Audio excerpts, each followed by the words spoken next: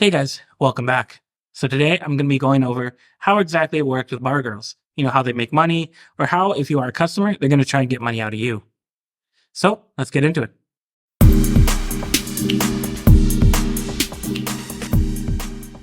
So the first part is really from an ownership standpoint. If you do own a bar like this, you got to be mindful of a couple things. So for instance, you really want to have an incentive-based pay structure. And by that, I mean that you want the largest portion of their wage to come from getting drinks from customers and not just a flat day rate. And this is very similar to how it is back in Canada as a waiter or waitress. Where I'm from, at least, you make $1 less an hour, but you make tips to make up for it. And so similarly here, you want them to get the largest portion from the tips from drinks than it is from day rate. And that's really important as a business because, when it's slow, they're not going to be just sitting there. They're going to try to get customers in the door. That'll get people in, that'll get your bar busy, and that'll make them money. It's a very mutually beneficial arrangement. They bring customers in, they make money, and the bar makes money. So it's good for both of us. But you also have to be mindful. If somebody has quite a few drinks in a given night, then, they might not come in that next day because they're hungover, or they might not come in for a couple of days because if they get paid, then they're happy to just sit at home. It just depends on the person, but that is pretty common. Now, I've said in the past, we hired promo girls, and we still have some working for us now.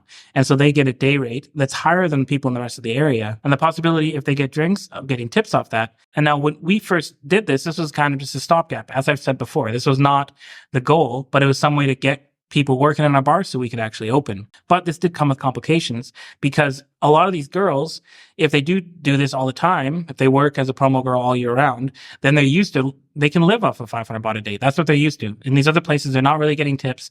They're not getting extra money. And so we've actually had some girls say that, they're happy with just a 500 baht a day and they would rather not have customers come in at all, which is obviously not beneficial for anybody. We got rid of them because that's not beneficial. That's not what we want. We want people who want to work there and want to do the job. And the job is, talking to customers. And that's just something that you have to navigate and try to work with your staff and get good people working for you.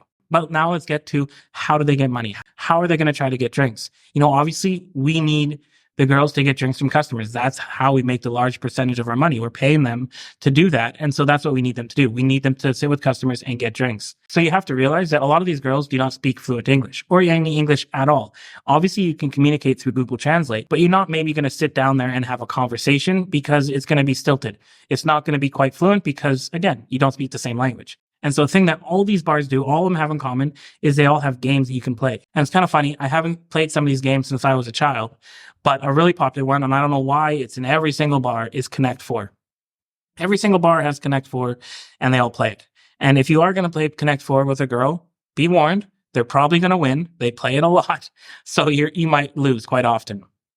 And how that works is if you play Connect 4 with her and she wins, you buy her a drink. Now, obviously, that depends. You might not have to buy her a drink every time, but that's usually kind of the commonplace is that if she wins, you'll buy her a drink. And like I said, they're very good. So be warned, you'll probably be buying some drinks.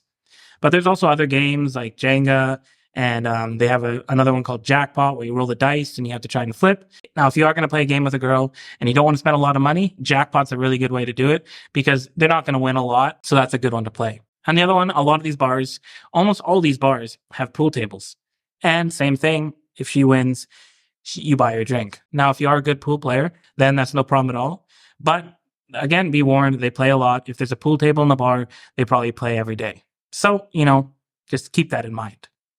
But the next thing is really, aside from games, is strategies that I've seen from friends and from other girls in the area that are ways that they can get drinks out of customers. And I don't mean this in a way that they're trying to trick you or cheat you, but also they're just simple things. And if you do run a bar, like I've been trying to get the girls in my bar to do this, but, buying customers a drink, customers wanting to go, or she's just wanting to form relationships with the customer, it's a really good way to get that customer to want to come back, to want to keep coming to your bar. Oh, I go to so-and-so's bar and she'll buy me a drink because we're good friends. And then they'll go back there often, right? And so that's a really good way to do it, build that relationship with a customer by doing that. Now, I'm saying that's tricks, but it's not really tricks. They're just good strategies on getting drinks from customers. So I wouldn't want it that a girl is pressuring a guy into giving her a drink. I want him to want to give her a drink, and then he's going to become a loyal customer, right? He's going to come back. If he enjoys his time, he's going to come back. And definitely, doing some of the things I've mentioned, like buying drinks for customers, is a good way for that to happen. Now, there are things you have to worry about. Actually, the first night I was ever in Chiang Mai, 2 or 3 years ago, I went out to a bar down in the same area, and They did scam me, legit scam me. And this bar is known for doing that. So there are some bars you have to be careful of. But what they did was I wanted to buy one drink for one girl. And without me knowing, they bought a round for the whole wait staff behind the bar. So most of these bars, you'll have a cup with your receipt in it, and then you can keep track of how much you've been spending, or just pay one drink at a time. So, but that doesn't really happen that often. Most of these bars rely on repeat customers, and so they don't want to do that. Now, with all that being said, how much do they actually make? How much do bar girls actually make? So it really depends where they work, but I've had girls tell me that they can make upwards of 100,000 baht a month. Now, obviously, it has to be a busy month, and that's not every month. But it can happen. And this is on a salary that's less than 10,000 baht. So I hope that gave you some insight into how this actually works and how bar girl actually works in the bar and how she makes money. If you have any questions, feel free to ask. Cheers.